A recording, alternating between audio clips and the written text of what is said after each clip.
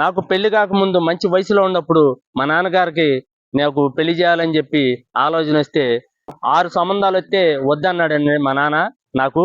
అంటే గుంటూరావు కూడా మా చుట్టాల అమ్మాయి ఉంటే ఆ అమ్మాయిని చేసుకోమని చెప్పి అప్పుడు మా పెద్దమ్మ కొడుకు, మా మిస్సెస్ వాళ్ళ అక్కాయి, మా మిస్సెస్ వాళ్ళ అన్నాయి వచ్చి నా సంబంధానికి వస్తే నన్ను చూసిన తర్వాత మా నాన్న అప్పుడు ఆ అమ్మాయిని చేసుకోమంటే ఓకేనా డాడీ అని చెప్పి ఆ అమ్మాయిని చేసుకోవడం జరిగిందండి. పెళ్లి అనేది ఒక అనుభూతి అండి, ఒక బంధం లాంటిది. ఎందుకంటే వాళ్ళిద్దరూ కలిసిన తర్వాతే ఒక పెళ్లి కొడుకైనా సరే పెళ్లి కూతురైనా సరే ఒక రేంజ్కి ఎదిగిపోతారండి. నా జీవితంలో అయితే అలా జరిగిందండి.